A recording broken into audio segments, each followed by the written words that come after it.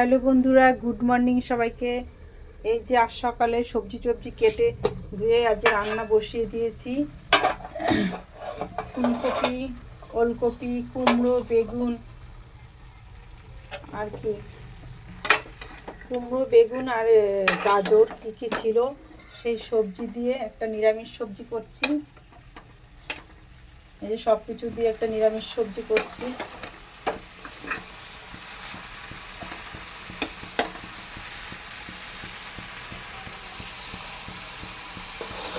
এই যে এক হাতে ফোন ধরেছি, এক হাতে দেখাচ্ছি। এই যে রান্না হচ্ছে, এর মধ্যে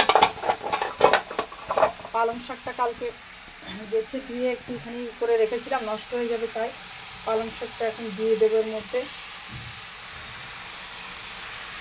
শাকটা দিয়ে দিলাম, আগের থেকে করে রেখেছিলাম কিছুটা।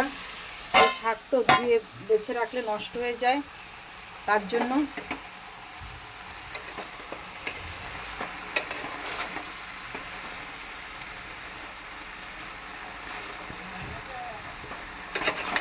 এই জন্য শাকটাকে এর মধ্যে দিয়ে মিশিয়ে দেবো। এর মধ্যে একটু সবজির মধ্যে চিংড়ি মাছ দেবো, সবজির মধ্যে চিংড়ি মাছ দেবো, তাই চিংড়ি মাছ বের করেছি। এখনও এই যে বাছা হয়নি, এখন সবজি হয়ে যাচ্ছে, এদিকে মাছ বাছা হয়নি। এদিকে এটা বাঁধবো, এবার গ্যাসটা একটু বন্ধ করে রাখবো। এদিকে লাল শাক কেটে রেখেছি, এই যে লাল শাকটা ভাজি করব। ডাল তো করেছিলাম, ডাল সকালে খাওয়া হয়েছে, আর এই যে ডাল রয়েছে।